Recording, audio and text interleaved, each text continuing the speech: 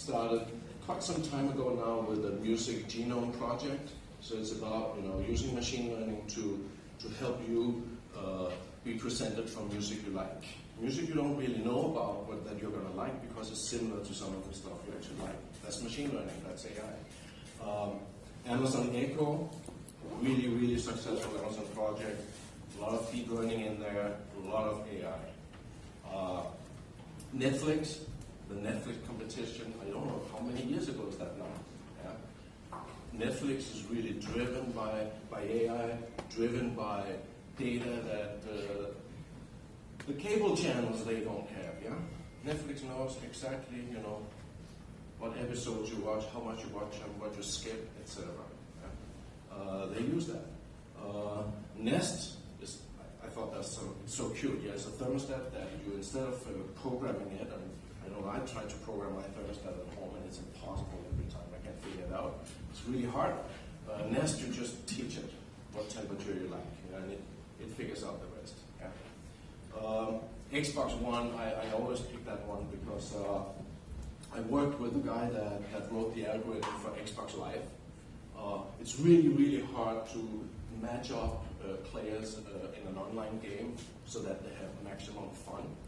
People try to do that, having all kinds of rule-based systems, but actually there was some research at Microsoft who figured out how to basically optimize the match for maximum player enjoyment. So you don't get matched up with players who play, too much better than you or too much worse than you or whatever. It's all machine learning. And lastly, I come from Amazon. I had over 100 teams using my service at Amazon. There's nothing you can touch at Amazon, nothing on the website, nothing in the business that's not run by machine learning. It's like everything you see on the page, every email you get, every order you make, everything is run by an underlying machine learning system. It's probably the biggest machine learning thingy in the world. Yeah? So I'm gonna. So this is stuff that's already ongoing. Yeah, actually for several years now. I really want to take a step back and look at. There's a paper by Claude Shannon from 1949 about a chess algorithm, the min-max algorithm. You ought to go back and look up that paper. It's in PDF or text form or whatever on the internet. It's really awesome. It's the first time, that paper came out at the same time as Alan Turing wrote about the Turing test. But this paper is very interesting because there's stuff in that paper that you look at the first 10 bullet points in that paper, and he's talking about using algorithms to control warfare and stuff like that in the paper. And you read it and it's like, gosh, they might have thought that it was insane. Yeah? But it was about the linear thinking and the exponential thing. At that time, you would look at that and say, that's impossible. You should read the paper. It's it's an awesome paper. That algorithm was actually refined when IBM played Kasparov. I was at IBM at that point, and it's really just a evolution of Shannon's algorithm and lots of fancy and powerful hardware that enabled Deep Blue to win the chess championship. Yeah, we go a step further to 2011, and IBM again. A lot of curated data, a lot of refined software for performing a question and answering system for the Jeopardy competition. Yeah? And then we moved to AlphaGo from earlier this year, and there's sort of a shift here. Yeah? AlphaGo is running on what I would call more commodity hardware, not totally commodity, but it's using ASICs, and it's using stuff that many smaller corporations would also assemble. Yeah? It's using a generic, more or less generic, we're simplifying it a little bit, but they're using a more or less generic deep learning algorithm, and they could beat a world champion in Go that we didn't really think would be possible for at least another 5 years. Yeah? Now, it should be said that they were pretty fortunate that Go is this kind of 19 by 19 black and white pixel thing. It's very suitable for deep learning, so that made it a little easier. but still pretty impressive. So you see that there is a movement that goes from an acceleration, actually going from algorithm and rule-based, specialized hardware and software to a machine learning, reinforcement learning based commodity hardware and software solution. Yeah? So we go away from the hard rules where we think of everything to a system where we train computers to do things for us. So I want to sort of carve it out a bit here, take a step back and say, so before machine learning, how would we do things?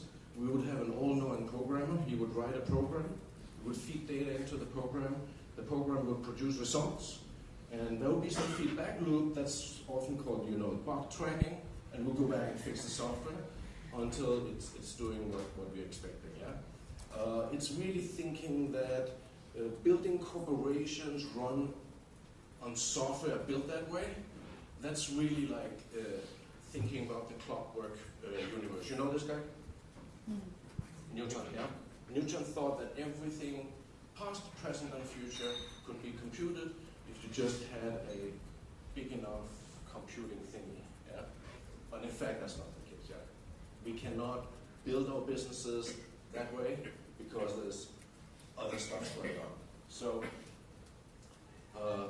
what we're looking at is to bring machine learning into our business, where we basically have some kind of learning algorithm. We have a lot of historic data, and we use that historic data to train the system. We do not necessarily know what's going inside that system, but we can feed it data. We actually can feed it historic data too that we kept secret for the system and test how well it's performing. And we basically make predictions. We don't think about this black and white. We don't think about this as transactional as we used to. It's more like distributions of results. We talk about probabilities, and we use that to make decision making. And we really look at that two ways. There's the manual decision making. We pull out the data from our machine learning system and we look at it and we do something with it. There's also automatic, where we basically run systems that look at these probabilities and then, based on a threshold, we'll do either one thing or the other thing. It's moving very much from Newton into something else. Do you know this guy? Huh? Breaking Bad, Heisenberg. Yeah, my kids thought that Heisenberg was really cool. They didn't know that it was a physicist, actually. So no, it's not Walter White. It's Heisenberg, and Heisenberg himself. He's the guy with the uncertainty. Yeah, the closer you look at something, the less you know about it. I think it's very important to understand that when we deal with machine learning, this statement is extremely true. Yeah. So you build systems where you train computers to do stuff for you based on historic data, and you take actions in this universe. Yeah? So what we have learned over time is that if you change, just changing anything in a machine learning system changes everything. And this is something that we humans are not very good with. We don't deal very well with that. So this is sort of my machine learning model from before. I make predictions. And we also use those predictions to do something. Yeah? So we make actions based on our predictions. Yeah? We actually can make multiple actions. We can say for a certain ratio of our customers, we're going to do one thing. For another fraction of our customers, we're going to do another thing.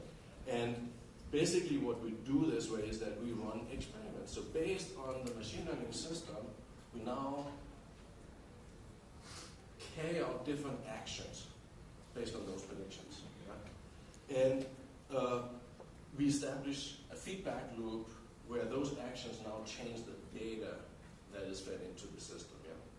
So this is something that if you think about a company like Uber, a company like Amazon, companies that have, let's take Uber with, We have riders, partner drivers, vehicle, gas prices, traffic, origins and destinations for trips, weather, did I say traffic? Okay. Stuff, yeah? All these variables, yeah, is fed into the system. We try to make predictions, how much should a trip cost, how much should we give a new riders an incentive, etc., etc., etc., yeah? When we start playing with those actions, start playing with those numbers, yeah, every single thing we change basically changes everything, yeah?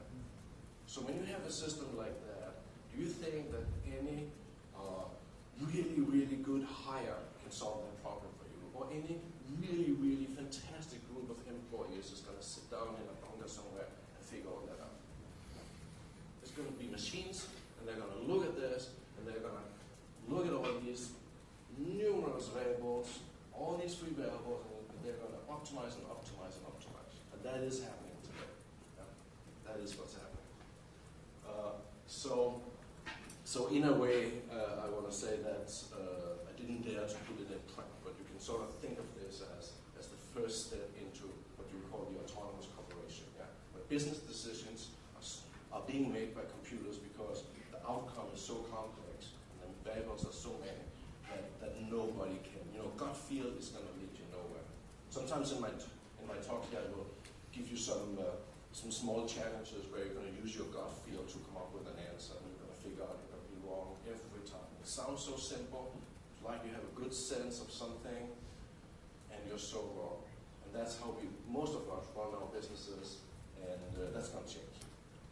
So let me get sort of even more practical here. So what are we going to do? What are we doing at Uber about this? We basically build a platform machine learning. Okay? So every freaking team in the company can say, oh, I need machine learning, so they can come to the platform and use it. Within that platform, we have some key tenets, which is there are a lot of machine learning algorithms out there. The algorithms are important, but not as important as the press like to make it.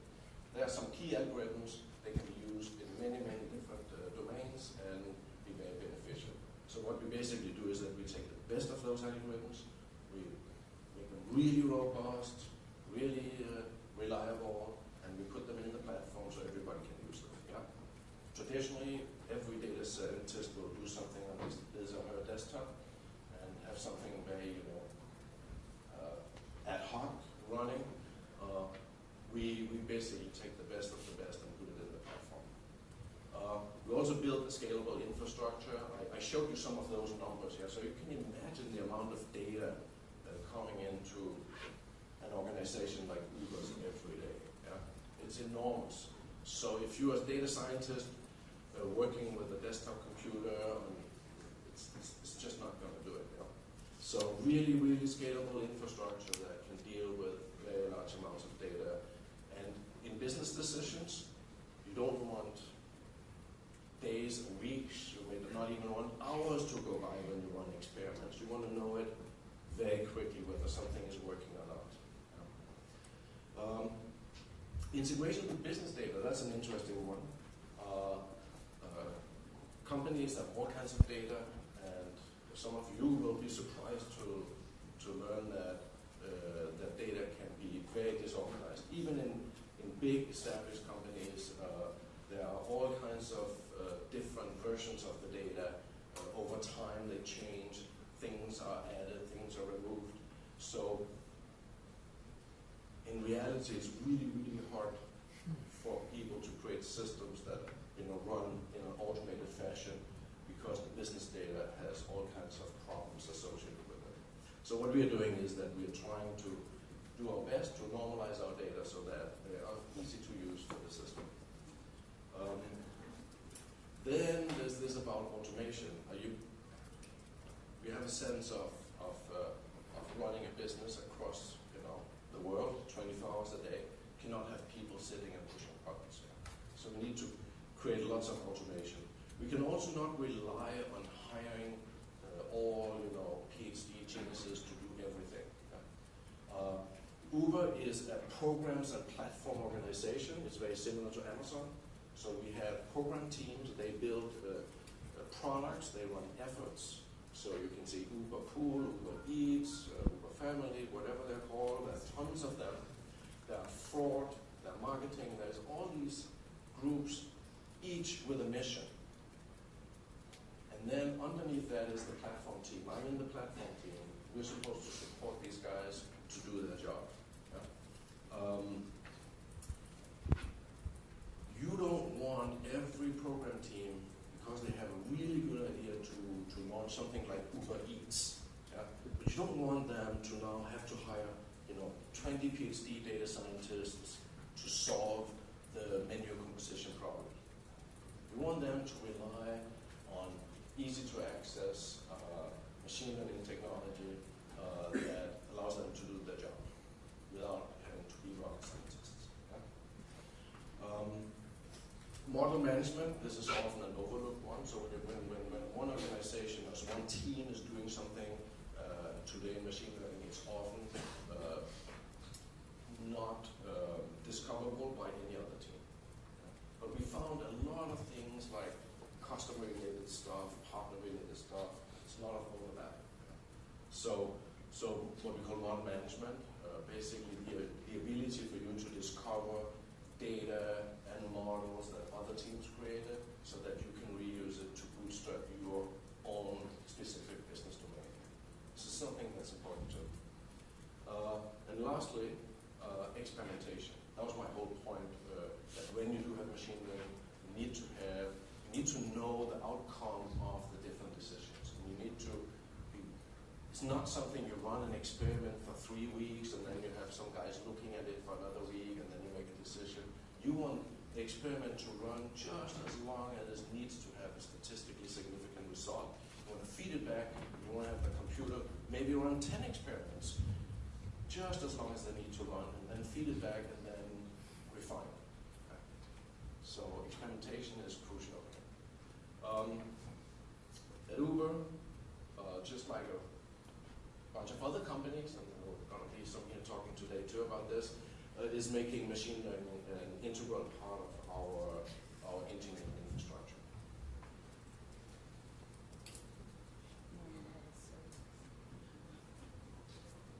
We do our most not to use proprietary technology. So by launching Uber Machine Learning as a service for every employee, we are based on Hadoop, Spark, and regular open source. We have a web user interface, so people can use it from a browser. We also have an API, so you can use it programmatically in an automated function. We have pipelines that run, it's very scalable. We have predictions being made at the other end. So it's all technology known around the valley.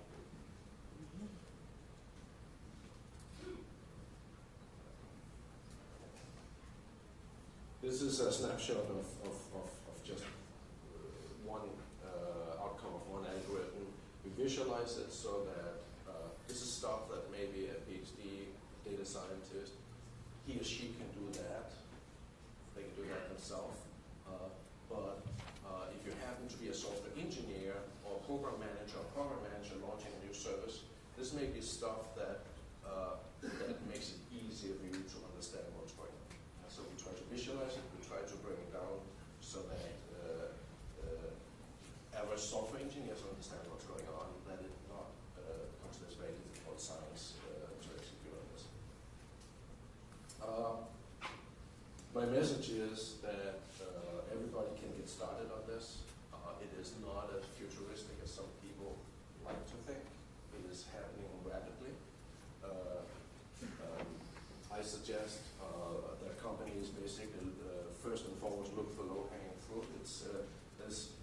I worked with a cable company at once. They had no customer churn or customer attrition analysis going on. Yeah. Though they knew that they were losing 10% of their customers every month, which they compensated by trying to get new customers on at the same rate. Yeah. We did some machine learning for them, and they were able with like a 90% accuracy to identify, a 90% accuracy, they were able to identify customers who were about to leave within the next 2 months, based on historic data. And now they could reach out and do something to keep their customers. It was like nothing. They had the data, they just didn't do anything with it. Start supervised, that's what I meant. Look at historic data. It's actually, there's a wealth of information in there.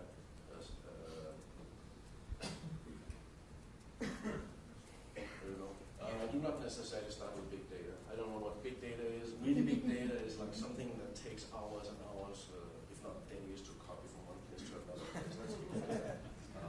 Don't start with that, because that's going to mess everything up. Start with maybe just good data. And use cloud-based offerings. I'm going to put a pitch in here, of course, for Amazon, AWS. I mean, like, there was one company, I can't mention them as a customer, but they had for 10 years refined an ERP system with 150 rules to estimate shipping tax for their customers. Right? Then an engineer on a Saturday afternoon played with the machine learning system, fed in, some billion number of shipping records, and the prediction accuracy went from 65% to 85%, just based on simple linear learning on the cloud service, without any refinement. That got their attention. Rule-based sucks. Microsoft Azure, I work on that too, so a very interesting service as well. Much richer than Amazon, but much harder to use. So it's kind of a trade-off. Google launched a prediction service, and I like a company